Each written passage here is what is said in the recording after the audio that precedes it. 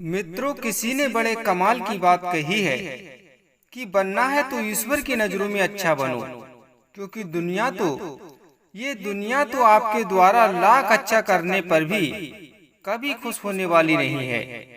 लेकिन बड़े अफसोस की बात है कि हम सब उसी दुनिया को खुश करने में लगे रहते हैं और उस ईश्वर को भूले रहते हैं जो हमारे सुख और दुख में हमेशा तत्पर रहते हैं, हमारी मदद करते हैं।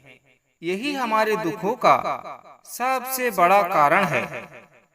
दोस्तों, जब महर्षि वाल्मीकि जी ने रामायण लिखी तो नारद जी भी उनके पास पहुंचे, ये जानने के लिए कि आखिर भगवान श्री राम के जीवन के बारे में वाल्मीकि जी ने क्या क्या कथा लिखी है।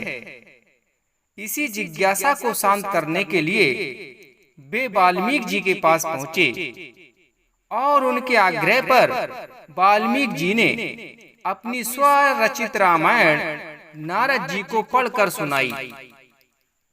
रामायण सुनने के बाद नारद जी के चेहरे पर खुशी न देखकर वाल्मीकि जी ने पूछा, नारद जी, कैसी लगी आपको रामायण? नारद जी बोले, वाल्मीकि जी, आपने रामायण अच्छी लिखी है, लेकिन क्या नारद जी? वाल्मीकि जी ने नारद जी से पूछा। नारद जी बोले, लेकिन आपसे पहले हनुमान जी ने भी रामायण लिखी है वाल्मीकि जी, जो एकदम अद्भुत है।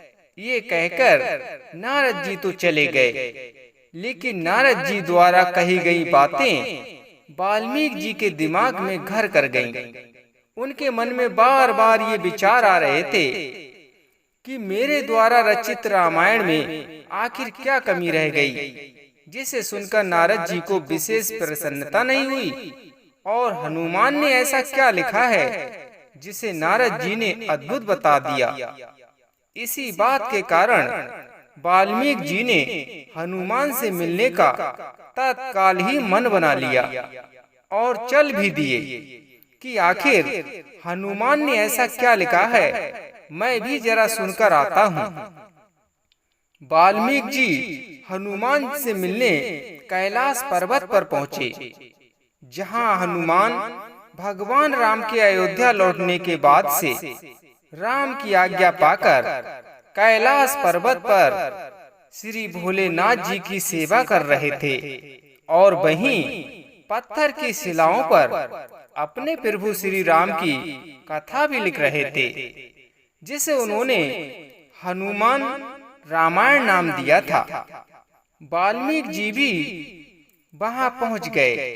हनुमान ने प्रणाम किया, वाल्मीकि जी को बैठने का स्थान भी दिया। तब वाल्मीकि जी ने हनुमान जी से पूछा, हनुमान, मैंने सुना है कि आपने भी रामायण की रचना की है। हनुमान जी बोले, हाँ, की है। वो सामने पावन शिला पर प्रभु कथा ही अंकित है। आप जरा एक बार पढ़कर देख लो, और कुछ त्रुटि हो तो जरा मुझे भी बताओ, ताकि मैं उसमें कुछ सुधार कर सकूं। अब वाल्मीकि जी शिला के पास पहुँचे और रामायण को पढ़ने लगे। पढ़ते पढ़ते वाल्मीकि जी की आंखों में आंसू आ गए, क्योंकि उसमें हनुमान ने एक एक बात को बहुत ही सटीक और आत्म विभोर होकर लिखा था, जिसे पढ़ने के बाद वाल्मीकि जी को अपने द्वारा लिखी गई रामायण फीकी फीकी लगने लगी। वाल्मीकि जी का उतरा चेहरा देखकर हनुमान जी ने पूछा, क्या हुआ महर्षि जी? क्या कुछ गलत लिखा है मैंने? आपकी आंखों में आंसू क्यों हैं? वाल्मीकि जी ने कहा, नहीं हनुमान जी, आपने अद्भुत लिखी है रामायण, ऐसी अद्भुत कि जितनी तारीफ की जाए उतनी कम है। अति सुंदर वर्णन किया है आपने, और मेरे रोने का कारण ये है कि जो रामायण मैंने लिखी है वो आपकी रचना के सामने तो कुछ भी नहीं। आपने तो एकदम अद्भुत और अति सुंदर रचना की है। अब मेरी रामायण को भला ये दुनिया वाले क्यों पढ़ेंगे? ये कहकर वाल्मीकि जी फिर से रोने लगे। ये देख हनुमान जी बोले, बस इतनी सी बात वाल्मीकि जी, आप चिंता क्यों करते हो। हनुमान ने उसी समय हनुमत रामायण जिस शिला पर लिखी थी उस शिला को उठाया और वाल्मीकि जी के सामने ही समुद्र में फेंक दिया। वाल्मीकि जी ने पूछा, हनुमान ये तुमने क्या किया। कोई बात नहीं वाल्मीकि जी, आपके लिए आपके द्वारा लिखी रामायण बहुत ही आवश्यक है, क्योंकि उससे आगे चलकर आपको सारी दुनिया जानेगी कि रामायण वाल्मीकि जी ने लिखी है। मेरे लिए तो मेरे प्रभु श्री राम का नाम ही आवश्यक है। सो आप रामायण की चिंता कीजिए और मैं भी अपने प्रभु का चिंतन करता हूँ। तब वाल्मीकि जी तुरंत ही समझ गए कि राम से बड़ा राम का नाम है।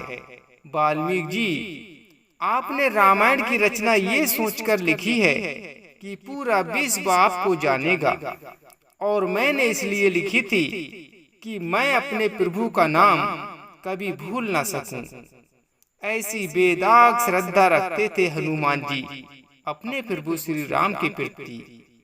हम आशा करते हैं दोस्तों कि ये जानकारी आपको जरूर ही पसंद आई होगी। तो इसी तरह की एक नई जानकारी के साथ फिर मिलते हैं अगली वीडियो में। तब तक के लिए जय श्री राम।